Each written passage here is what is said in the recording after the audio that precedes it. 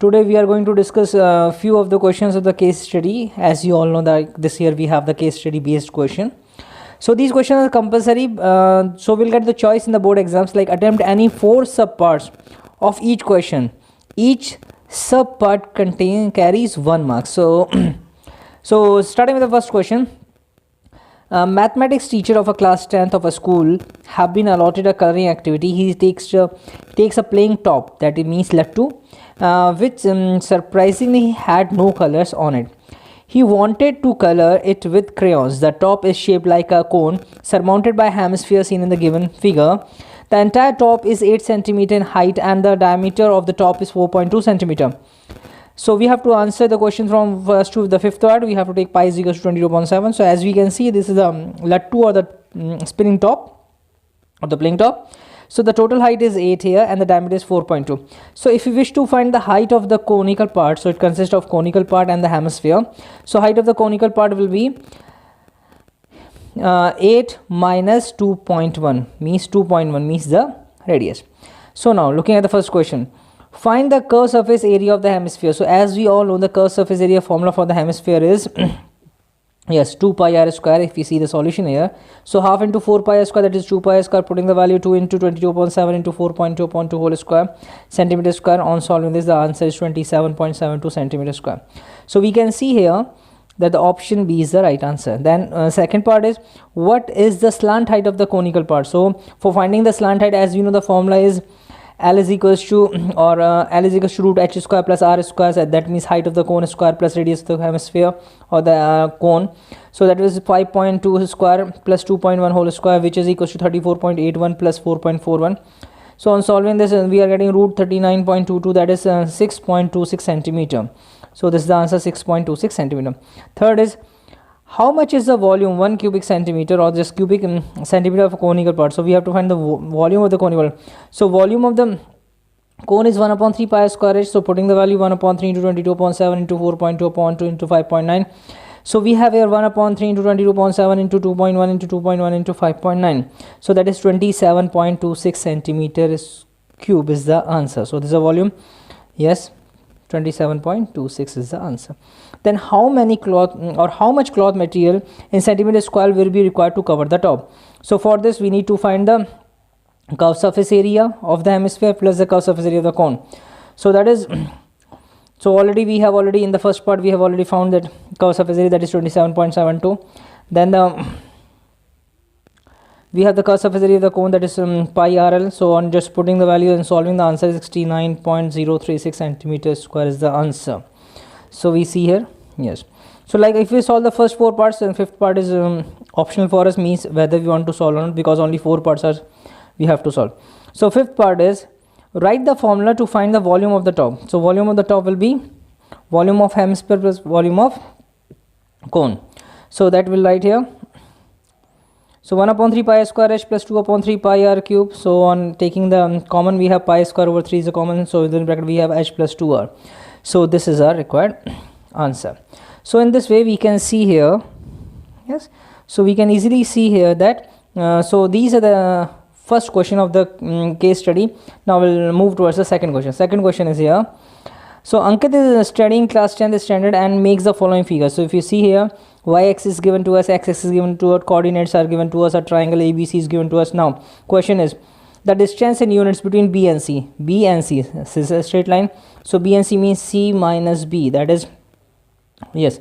So we have to find the distance, that is 4 minus, yes, that is 4 minus, or we can just simplify by subtracting, or what we can do, we can use the distance formula. As you can see here, the distance formula is, has been used here. So BC is equals to root 4 plus 1 whole square plus 0 minus 0 whole square, that is 5 square, that is root 5 square, that means 5. Then moving to the second part, the midpoint of AC. The midpoint of AC, so as we know, we have to have the midpoint of AC. So the coordinates of A is 1 comma 3, coordinates of C is 4 comma 0. So midpoint means x1 plus x2 upon 2, y1 plus y2 upon 2. So if we use this formula, so what we are getting here, 1 plus 4 upon 2 and 3 plus 0 upon 2, that is 5.2 comma 3 upon 2.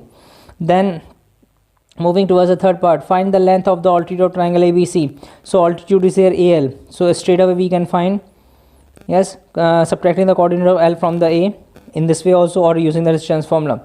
So it's coming to be, if you see here, and using the distance formula, this is 1 minus 1 whole square plus 3 minus 1, 3 minus 0 whole square, that is coming equals to root 3 square, that is 3. Then fourth question is, the point which is common to all the three median is called a centroid. Okay, then find the area of the triangle ABC. So the area of triangle we can find either using the formula half into base into height, or using the formula that we have done in this chapter, that is half into x1 bracket y2 minus y3 plus x2 within bracket y3 minus y1, then plus x3 within bracket y1 minus y3. So in this way, using the same formula, we can find here the area is coming 15/2 square units is the answer. Then moving towards the next question. Due to the stroma wire got bent as shown in the following figure, it is followed a mathematical shape. Answer the following question. So we can see here y axis is given, x is given, then up this is the wire. Now how many zeros in the given curves of the polynomials shape of the wire? So if we see how many times this is intersecting the x axis, 2 times, so its zeros are 2. Then name the shape in which the wire is bent. So this shape is called the parabola. Now the zeros of the polynomial are, so here the zeros are -2 here and +4 here, so -2 comma 4 are the zeros. Now what will be the expression of the polynomial? So as we know the zeros, so we can easily find the expression of the polynomial. Yes, so we can use here x minus a into x minus b. Using this, we result is x square minus 2x minus 8 is the answer. Then what is the value of the polynomial if x is equals to 2? So what we have found in this part, we have to put here x is equals to 2. So on putting x equals to 2, the result is coming as -8.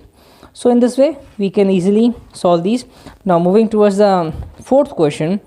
So in this question, if we see here, so in the mathematics laboratory of the class 10th standard, teachers discuss the tangent to the circle and as shown in the figure, and show the figure as follows. So we can see the figure carefully. So this angle is given 50, this is given 60, and this tangent is given, this PQL is a tangent, PRM is a tangent. Now, so in the given figure, PQL and PRM are the tangents to the circle with the center O at the point Q and R respectively. Consider S is a point on the circle such that angle SQL is equals to 50 degree, angle SRM is equals to 60 degree. Now we have to find the following thing, angle OQS.